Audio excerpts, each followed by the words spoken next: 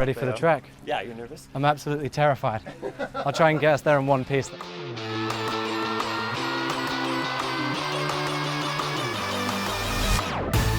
I'll get this thing on. Oh, here we go, here we go. There you go. Hey gentlemen, here we go.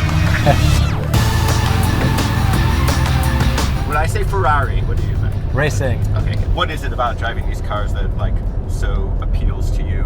What's that feeling? I mean, obviously the feeling, the emotion, the adrenaline, all of those things are kind of incomparable, I suppose, to anything else I experienced. In filming, a lot of the time you get to do very exciting things and have great experiences and learn great skills, but it's normally in a controlled, fake environment. Whereas this is something where it's like, okay, well, let's actually see if the skill set is possible to achieve, and that only comes from having seat time and practice. So I've loved car racing since I was a kid. It's also terrifying as well. I think it's always good to put yourself outside of your comfort zone. And I like the environment, the bubbly kind of atmosphere of pits and race weekend, and the environment. It's very inclusive and like friendly and warm, but it's also, there's like, I don't know, getting to the track this morning, going to the track now. All right. Going to the track now, and like, there's butterflies, and it's daunting, for sure. How does suiting up and driving these cars feel similar or different to like engaging in a role as an actor? They're things that you have to be completely in the moment. When you're in a scene and it's going well, it's kind of transportive and very much, you're very present. And that's the same with motor. You have to be. You'd mess up one corner, and then because of that'd stay in your head, and then the next three corners would be messed up, right? And so that ability to leave things behind you, and that's the same in a scene. You know, you mess up one line, the flow's gone, the rhythm's gone, and then suddenly the kind of whole scene can be thrown away. Do you find yourself asking a director, like, should I do it faster? Should I? You know, I mean, not exactly that. Always faster. Always faster. Film set's very home to me. It's like I'm used to that environment. Whereas a racetrack, there's still so much that's happening that's terrifying. Just the whole visceral experience is so new to me that it's quite overpowering. I'm not here to try and win a race. Enjoy it. Build up slowly. It takes Fassbender last week. Obviously, he's been racing a long time now, and his advice was just have fun. Don't look at lap times. So yeah, I think that's the thing also, because I'm a competitive person with myself, with everything. Like, you know, I don't like being bad at stuff. Yeah. I mean, I will. You know, I will end up looking at track like lap times and being like, you know, I know when I'm pushing 100% or when I'm taking it easy.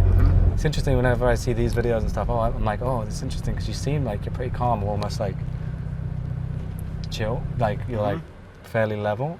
And I know inside I'm like, all the little me's are bouncing around, terrified, and my heart's racing and all this sort of stuff. And I think that comes from my dad. He was an airline pilot, so he has that quite calm demeanor. One of the things they were telling me when we were on the track last at Coda, they were like, you gotta relax. You gotta relax, like, to be good at this and breathe. I asked Samuel L. Jackson his advice for acting. I always try and ask, you know, when I'm working with someone who I respect and look up to, I'm like, what's the best tip? And he said, yeah, relaxing.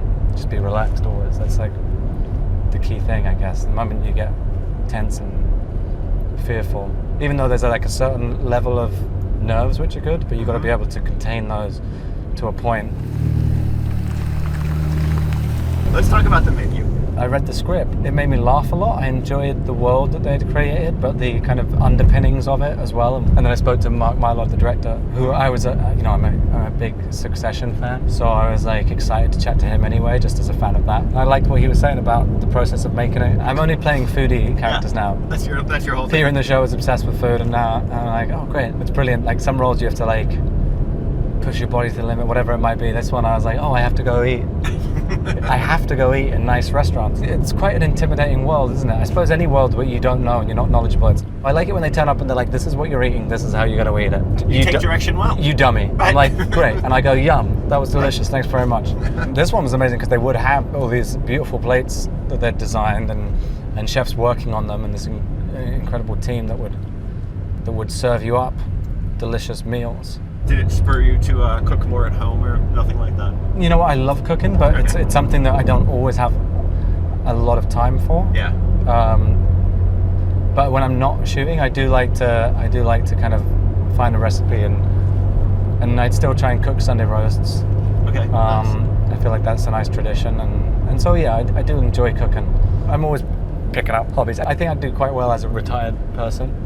And I think that's partly why I love acting as well, because you get to, whenever anybody asks what I like about it, it's like I'm living 1,000 lives and doing and experiencing a million things and learning all this stuff as we go. So it's all good for my nature, I think.